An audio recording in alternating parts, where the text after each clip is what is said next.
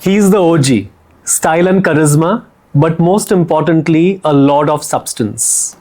Executive chef, gastronomic storyteller, culinary expert, concept visualizer, designer, restaurateur, mentor, guide, the list is endless.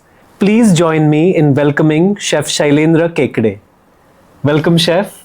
Thank you very much for joining us in this lovely studio kitchen of ours, Food Couture, at AISSMS College of Hotel Management. Pleased to be here. So, Chef, how are you? And what's your Fantastic. current state of mind? State of mind is pretty relaxed, but that's because I'm sitting here with you in this chair. Oh, great. Thank you so much. The moment I go into a kitchen, a different change. Yeah? And what is your state of mind then? Then it's, there's many things. Depending on There's- what is happening. Yeah. So there's shouting happening, there's screaming happening, there's, see, it's a volatile workspace. Working in kitchens is something which I thrive on. So basically, I like that whole Energy.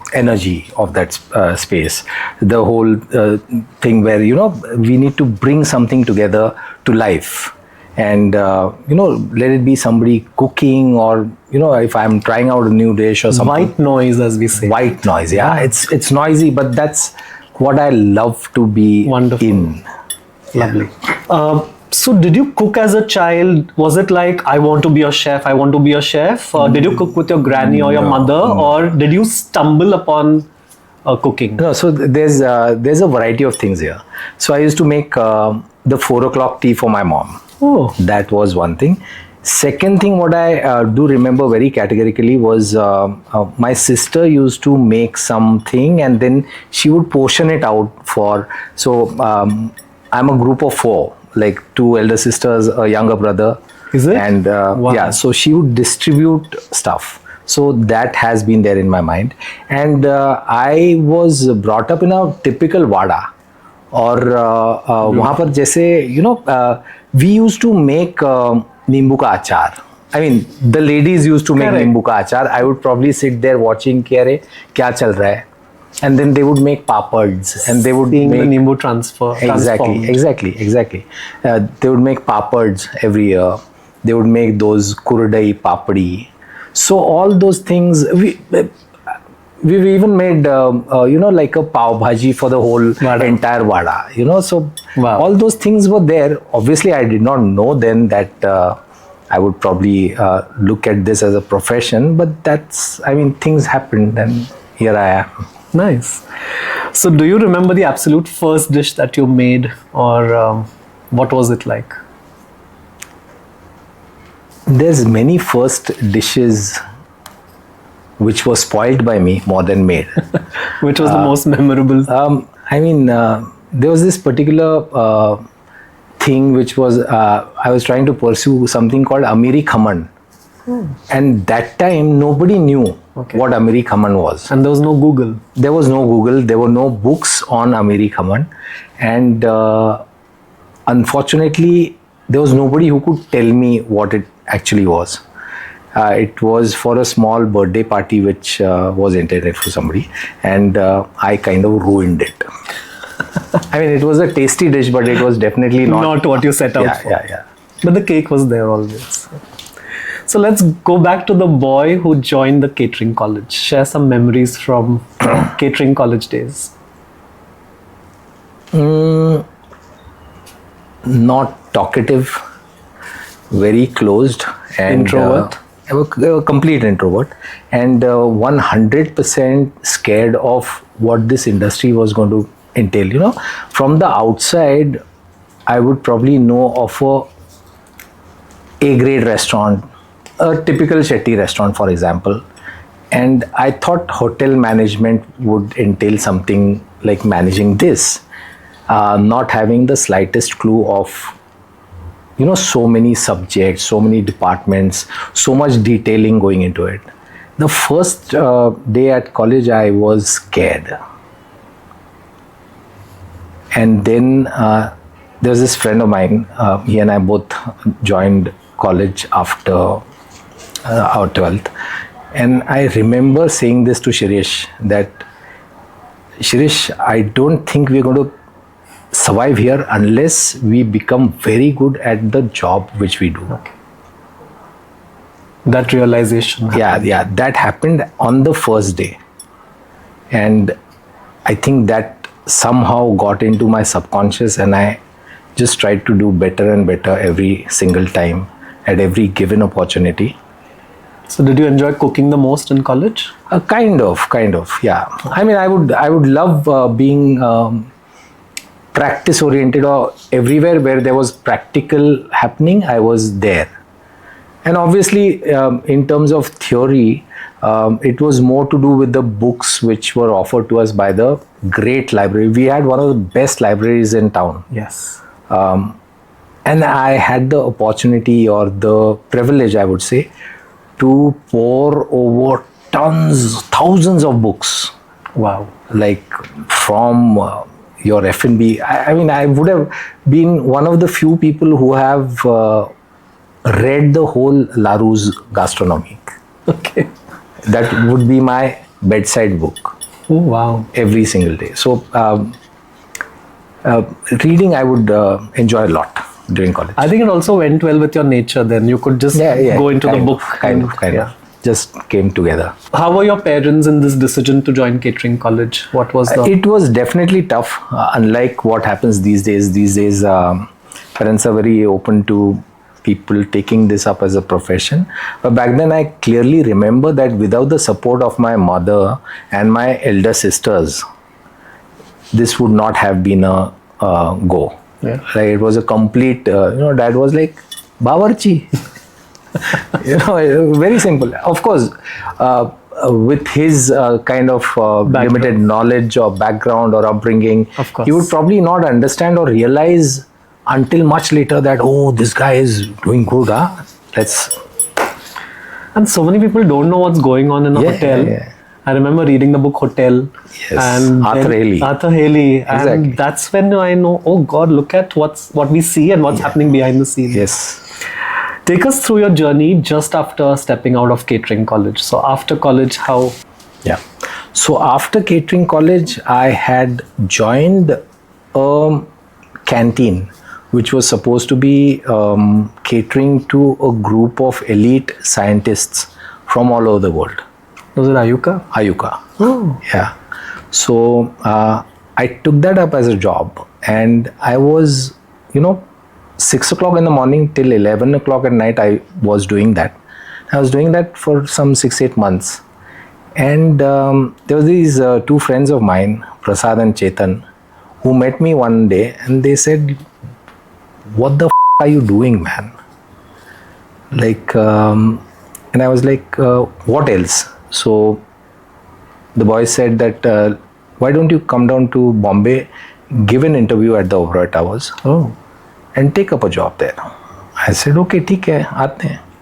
It so happened that they were the ones who introduced me to the Oberoi Towers, and I joined that place as their boss. Really? There's this very funny incident. Everybody who passed out of catering college joined as a second commie. That was a standard thing.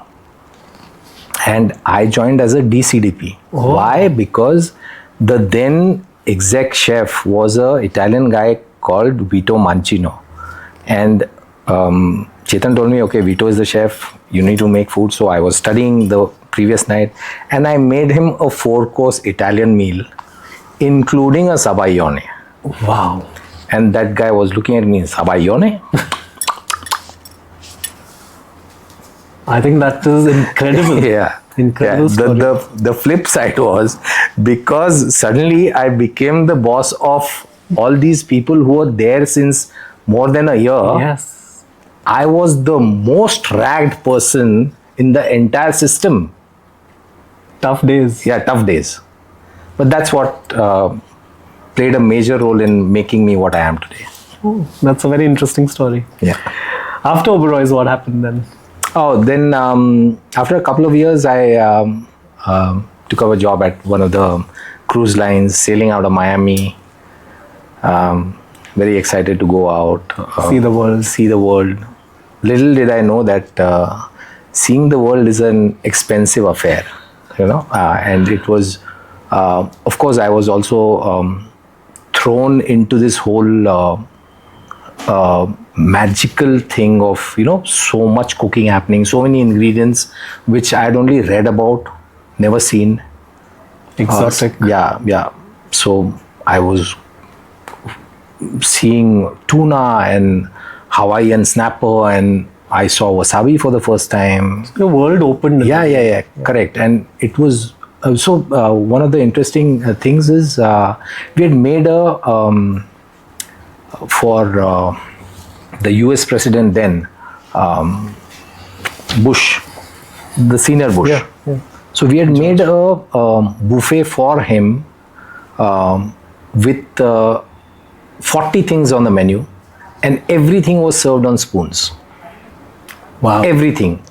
Starters, main courses, liquids, semi-liquids, desserts, everything was spoon-based. So that was like, wow, even this could happen, Was he suitably impressed? I'm sure 100%.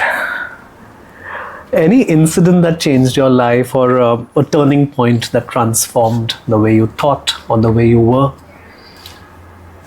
Not quite, but see, like I mentioned earlier, this working in this industry is a very volatile space. It's there's so many things happening. You are constantly on the go. Your mind cannot be shut. You are constantly either interacting with people or interacting with some process. And there is so many things one can learn out of dealing with so many things happening around you. So it's just that, at a point you're like a nucleus in the center of everything, and everything which is happening around you, you're connected to it, and you see it, you see things happening, and then you need to, do what you need to do. Nice, that's a nice way to put it. Yeah. So what is the best part and the worst part of being a chef? I would say food is the best part and food is the worst part. Yeah. You know why? Because I'm in it for the love of food. And I just love how there are certain ingredients. I remember this as a child. I would hate it when mom would put pyaz, kata hua pyaz inside any sabzi, and I would be like, I hate pyaz. And today I just know how good pyaz is, and how certain flavors interact with each other, how they complement, how they contrast. Yeah, the chemistry, the science behind it. In fact, as I'm progressing in this industry, I've come to realize that eating food is very scientific, and there's so many aspects which as a child you don't seem to know, or even as an adult, and then suddenly somebody tells you, okay, this is what it is, and you're like, oh my god, I never looked at it like that. Yeah. So there's a different set of perception than when you eat a meal. And it's just a very nature is abound with so many. I don't think I've even worked with half the ingredients the world has to offer. Correct. I still don't know so many of them. I still don't know the intricacies of each and every ingredient. And that's why it's a beautiful space for me to, be in. And the wonder never stops. Yeah. So why I also call food the worst part is because at times you don't remember where to draw the line. No, as you, like I told you, food is science, and eating is very scientific, and it should be addressed that way. Unfortunately, we don't realize where to draw the line, and then we overeat, and most of our illnesses are a derivative of you not being able to control your tongue. Yeah. Nice. Our college encourages us to do a lot of such things. So last month we were at the Wild Food Festival in Mumbai. Oh, lovely. And the amount of produce and ingredients we saw there, like you just said, it was unbelievable. Last time we spoke about a little food and spirituality. So what do you think how is food spiritual, or what's the connection there? Can you share your thoughts? It is. See, food is scientific. There is a proper science behind eating your meals, or what time you wake up, what you start your day with, so on and so forth. There is definitely a lot of interaction between what you consume. It is very lightly said that you are what you eat. Only after a certain while you understand the true depth behind what a simple sentence this is. And it is very important that there is some kind of inculcation of knowledge which is passed down from the elders to the youngsters, in terms of you are what you eat. So what should you eat? Where you live is also very important in terms of what you should eat.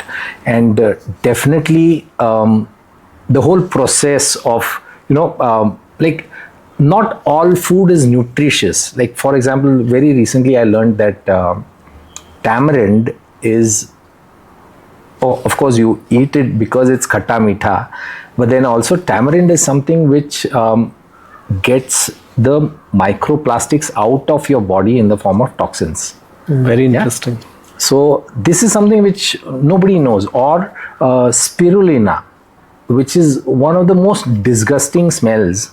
I mean, some people just don't like it. Spirulina binds itself to the toxins in the body and puts them out. So at times, what is being said about food, that food is more medicine. So if you don't eat food as medicine, you have to eat medicine as food. Correct. Is very true. And there is so much information about it which is not with people right now. It's scary, and which is the reason why you see very young people having certain ailments which are not good. Yeah. So true. Yeah. So if you have to rustle up a quick meal at home, what will you do typically?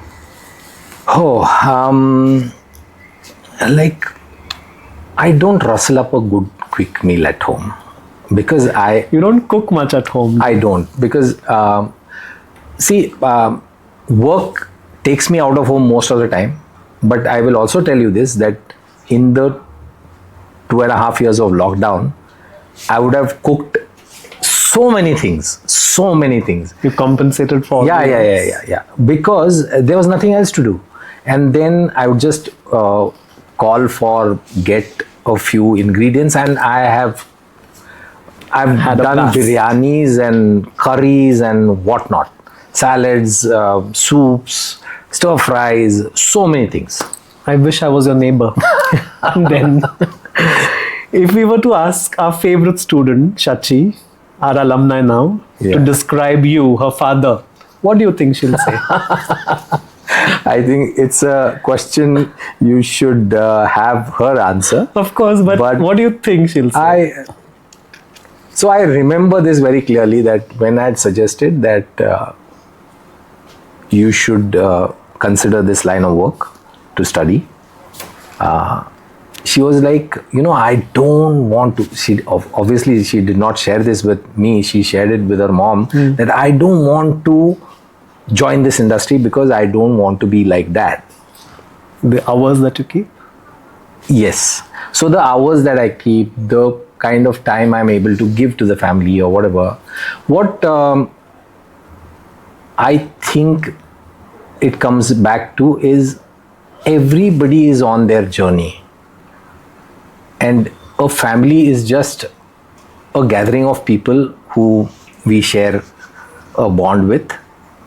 But that should not be probably, in so many families, even the mom works, even the dad works, or whatever. So it's just that it's a pursuit of something unknown which you're after, and that is what keeps on making you do whatever you're doing in terms of profession.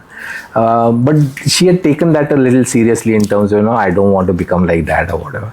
So but I think now she would definitely, after almost 4 years working in the industry and out of the home, out of the confines also, and the comforts also of the home, she's out, and I'm sure she will have to come up with a different narrative.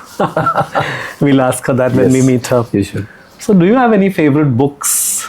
Can you name a few? I've been an avid reader since I was a child, because reading was the only thing one could do. But I would say that probably for the past couple of decades I've not gone into reading much.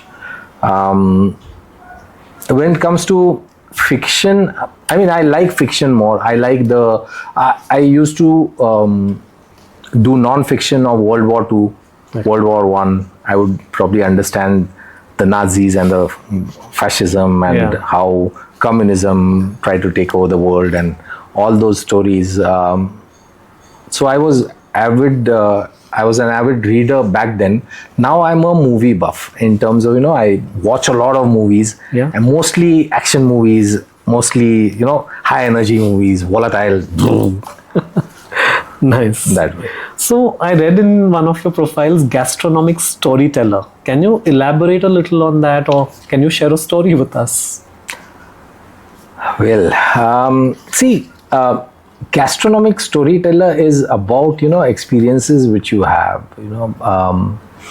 certain. I'll tell you how this thing happened. There was one point of time when I was creating this restaurant called Santé Spa Cuisine. Yes. And one of our favorites. Yes. And Sonal was like, chef, we want to do this space. And I went and saw that space, and it was a really tiny space, and I loved that place. And standing in that place, I was able to, come to think about menus. Like she said that there's going to be a lot of expat clientele which we're going to expect, and this was going to be some 40-seater restaurant. So I said, 40-seater expat, I know exactly what to give them. And it so happened that this discussion we were having I think in the month of June, July, somewhere around the range. And just a few months ago, during the Hurda festival, somebody somebody gave me a bunch of hurda to cook with. So I made them a stir fry. And then when I was doing that stir fry, I tried it out, and I said, without the spice, instead of the rice, one could make a fantastic risotto with that hurda. And that dish right now this brand Santé Spa Cuisine is almost 10 years old, and that dish is something which we cannot move out of the menu. Wow.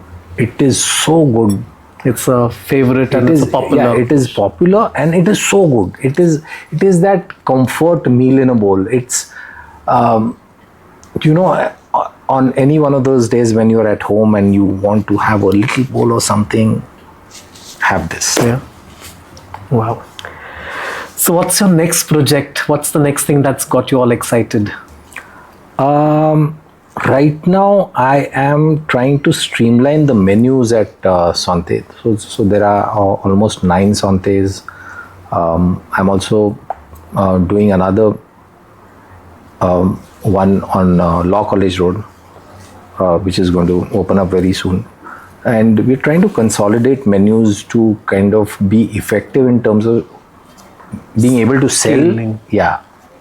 Being able to sell as well as being able to produce with the best available ingredients from around whatever. So that is one thing. And then I'm doing a place called Gulmohar in Koregaon Park. So it's by the Gulmohar people in Baner. Yes. Yeah, but it's not going to be exactly a replica of that. We're trying to kind of up the game in terms of making it a little bar centric or with a few tapas or whatever. So there's quite a few things in terms of research which I'm doing. Wonderful. Yeah. We have a rapid fire we have to do. Yeah. So the first thing that comes to your mind when I say the following. Yeah. Are you ready? Yes. Favorite ghazal? So many of them. Yeah, but just top of mind. Any ghazal by Jagjit. Say one line if you can. Shit. Don't sing, say.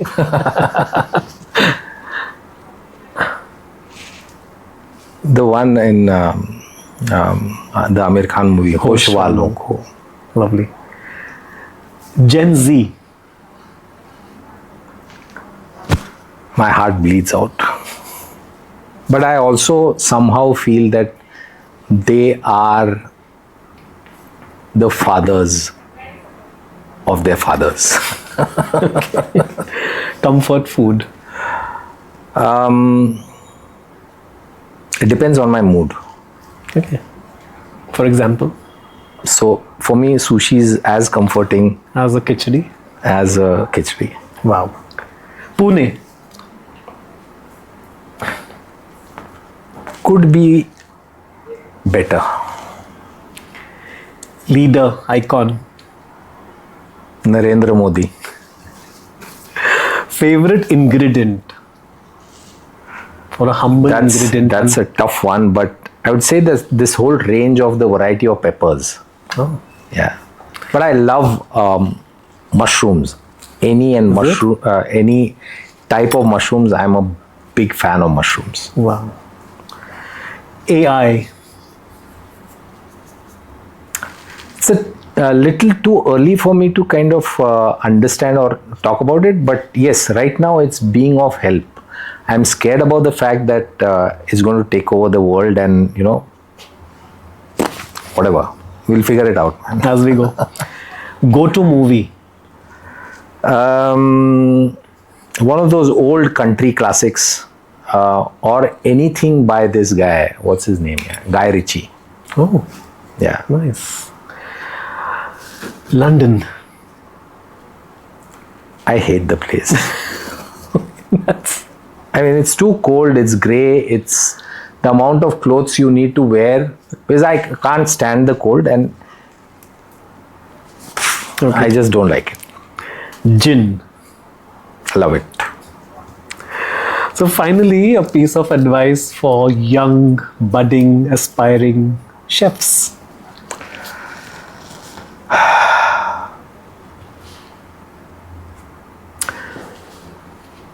So the youngsters need to realize that life has become fast paced, but that should not have any bearing onto this that you cannot rush creation.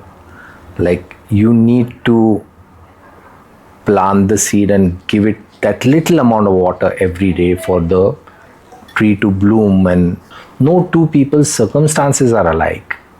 So there cannot be a comparison between why somebody is excelling in something or you are not. And yes, there should be a burning desire to kind of achieve what you'd like to, but you are made differently. You need to try and understand yourself and try to fit yourself into the kind of work or path you're in, and you need to kind of figure it out along the way. At your own pace, step by step, is how you would reach where you need to reach. Great. That was a mini masterclass. Thank you for your words. Thank you. I hope you all enjoyed the talk as much as I did. Thank you so much, Chef, for taking Pleasure, out the time. pleasure. And hope to see you soon back to our college. Yes. Thank you. Thank you.